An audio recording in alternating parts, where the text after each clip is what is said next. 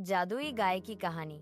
बहुत समय पहले एक छोटे से गांव में एक गरीब लेकिन मेहनती किसान रहता था जिसका नाम रामू था। उसके पास न तो ज्यादा खेत थे और न ही कोई धन, बस एक झोपड़ी और एक गाय। यह गाय साधारण नहीं थी, बल्कि एक जादुई गाय थी जो हर सुबह सोने का एक अंडा देती थी। शुरुआत में रामू बहुत खुश था। वह सोने के अंडे बेचकर अपनी गरीबी दूर करने लगा। उसने अपनी झोपड़ी को एक सुंदर घर में बदल दिया, अच्छे कपड़े पहनने लगा और भरपेट भोजन करने लगा। गांव के लोग उसकी तरक्की देखकर हैरान थे। रामू का जीवन सुखमय हो गया था। लेकिन समय के साथ रामू के मन में लालच बढ़ने लगा। उसे लगा कि एक अंडा काफी नहीं है।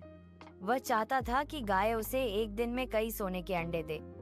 एक रात जब गाय सोने का अंडा दे रही थी, रामू ने उसे रोका और कहा, ओ मेरी जादुई गाय, तुम मुझे सिर्फ एक अंडा देती हो, लेकिन मुझे तो बहुत सारे अंडे चाहिए। आज से तुम मुझे रोज 10 अंडे दिया कर। गाय ने रामू की बात सुनी, लेकिन वह दुखी हो गई।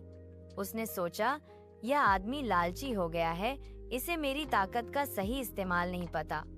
अगली सुबह जब रामू सोने के अंडों की उम्मीद कर रहा था, उसने देखा कि गाय ने कोई अंडा नहीं दिया। रामू गुस्सा हो गया और उसने गाय को डांटा, तुमने मेरा कहा नहीं माना, तुम अब जादुई नहीं रही। गाय ने धीरे से कहा, रामू, तुम लालच में अंधा हो गया।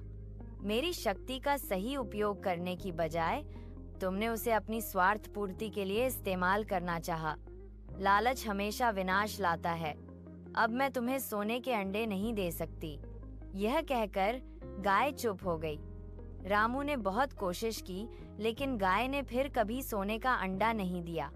रामू को अपनी गलती का एहसास हुआ। वह समझ गया